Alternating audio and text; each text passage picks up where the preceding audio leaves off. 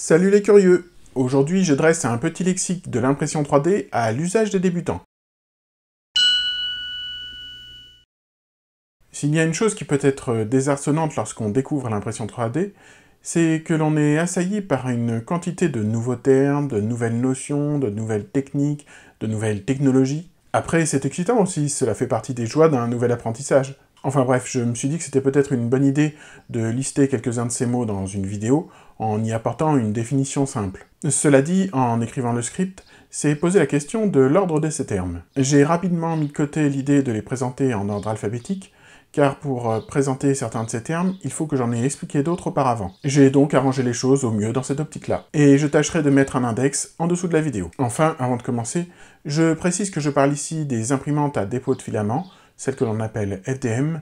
Ce sont celles que je connais un peu, les plus accessibles financièrement et donc les plus répandues. Axe. Une imprimante 3D fonctionne, comme son nom l'indique, dans les 3 dimensions. Et ce que je vais appeler la tête d'impression peut se déplacer selon les 3 axes X, Y et Z. S'il s'agit d'une imprimante de type cartésienne, il y a alors au moins un moteur et un rail par axe. Cela rend parfois les problèmes plus faciles à diagnostiquer. S'il s'agit d'une imprimante delta, le déplacement en X, Y et Z va se faire grâce au déplacement conjoint de 3 moteurs, placés aux 3 sommets d'un triangle sur des axes verticaux. Filament.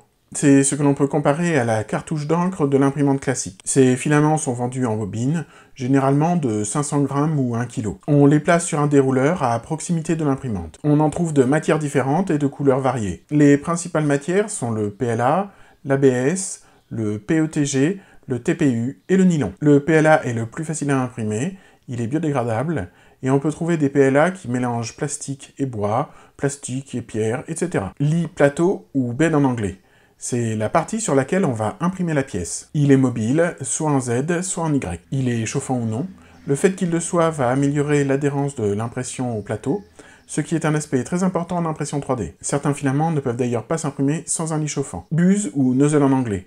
C'est de là que va s'écouler le filament. C'est l'extrémité de la partie chauffante. Leur diamètre, enfin celui de leur trou, va généralement de 0,2 à 1 mm, mais la taille la plus courante est 0,4. Plus le trou est petit, plus l'impression pourra alors être précise, mais en contrepartie, l'impression sera alors plus longue et la buse aura davantage tendance à se boucher. Inversement, plus le trou est grand, moins l'impression va être précise, mais plus elle sera rapide et moins la buse aura tendance à se boucher. Corps de chauffe ou hot end en anglais.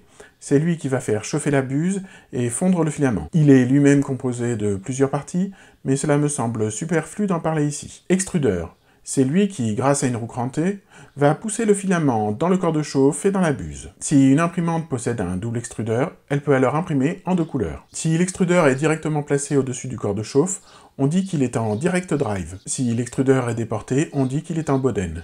Chacun a ses avantages et ses inconvénients. Le premier permet d'imprimer plus facilement des filaments de type flexible, tandis que le second permet en théorie d'imprimer plus rapidement et ou avec une meilleure qualité. Stepper.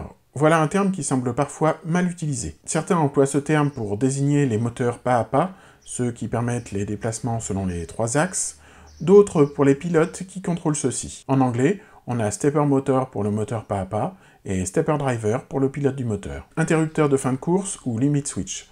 Comme son nom l'indique, c'est un interrupteur qui va permettre de régler la course maximum des moteurs. Il y a normalement un interrupteur par moteur, et celui-ci se coupe dès que l'interrupteur est activé. Cela évite par exemple une buse qui vient s'écraser sur le lit en verre, ou des moteurs qui deviennent fous à vouloir faire sortir le lit de l'imprimante. Firmware. Il s'agit du système d'exploitation de l'imprimante, le logiciel qui va la faire fonctionner. Le firmware le plus connu est Marlin, il est open source, il est utilisé par de nombreux fabricants d'imprimantes, qui d'ailleurs parfois violent la licence GPL. Modélisation. Pour imprimer en 3D, il vous faut un fichier d'un objet modélisé en 3D.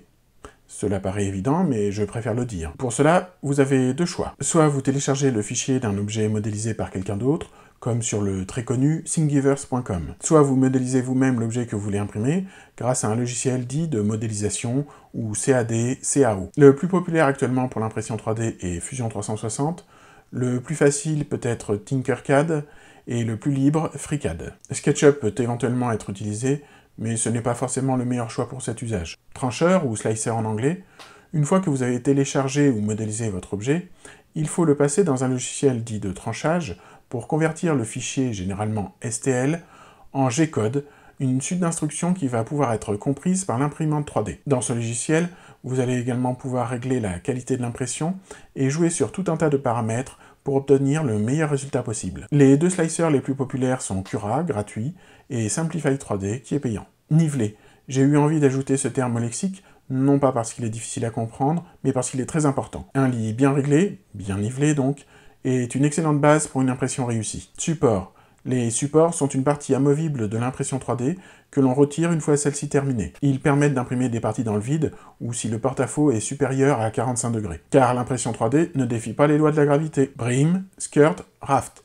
Là encore, ce sont des parties de l'impression 3D qui sont destinées à être enlevées une fois celle-ci terminée. L'intérêt de ceci est d'améliorer l'adhérence au plateau et donc la qualité des premières couches. Il permet également à la tête d'impression d'atteindre son meilleur rendement, de faire quelques tours de chauffe si vous préférez. Le brim correspond à des lignes touchant l'impression 3D sur sa périphérie. Le skirt consiste également en des lignes à la périphérie de l'objet, mais qui ne le touchent pas. Enfin, le raft est, comme son nom l'indique, un radeau sur lequel est imprimé l'objet. Octopi, Octoprint. Sans aucun doute, si vous vous intéressez à l'impression 3D, vous allez croiser ce nom rapidement. Il s'agit d'une distribution Linux pour Raspberry Pi, vous savez, ces petits ordinateurs sur circuit imprimé à 35 €, spécialisé dans la gestion d'imprimantes 3D. Octopi va vous permettre de contrôler une impression, démarrage, arrêt, pause, de contrôler les paramètres d'une impression en cours, de réaliser un timelapse, et plein d'autres choses, tout cela à distance. Nous en reparlerons probablement dans une prochaine vidéo. Voilà pour ce petit lexique de l'impression 3D. Il n'a pas la prétention d'être exhaustif, mais j'espère qu'il pourra aider de plus débutants que moi à se lancer dans l'impression 3D. Pour terminer, un petit tour de mes impressions 3D depuis la précédente vidéo. Tout d'abord, complètement inutile, un Enterprise de Star Trek en kit, très mal conçu. Quand je parlais d'un vaisseau de Star Trek à mettre dans le décor, je ne pensais pas à ça, mais à quelque chose de plus conséquent. Celui-ci, c'était juste pour le fun. Ensuite, deux porte-clés.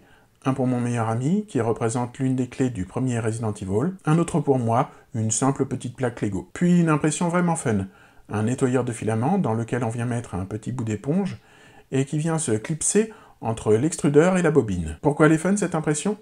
Parce qu'elle possède une charnière et qu'elle est imprimée en une seule fois. Le résultat est presque nickel, il y a juste un petit défaut d'aspect sur une partie très en dévers. Je l'ai imprimé sans support, cela aurait peut-être aidé, à condition toutefois de ne pouvoir en mettre qu'à certains endroits, ce que ne permet pas Cura. Enfin, j'ai testé le mode vase de Cura, et je me suis imprimé un pot à crayon pour l'atelier. En fait, il s'agit d'un vase imprimé à 50% de sa taille normale. Le résultat est juste bluffant, je suis très content de cette impression. En plus, les vases s'impriment très rapidement. Avant de vous quitter, je vous rappelle l'existence de ma page Utip pour me soutenir activement et gratuitement en regardant une publicité. Vous trouverez le lien dans la description. Je vous dis à très bientôt pour une nouvelle vidéo. En attendant, prenez soin de vous, portez-vous bien, et surtout n'oubliez pas, la curiosité n'est pas un vilain défaut.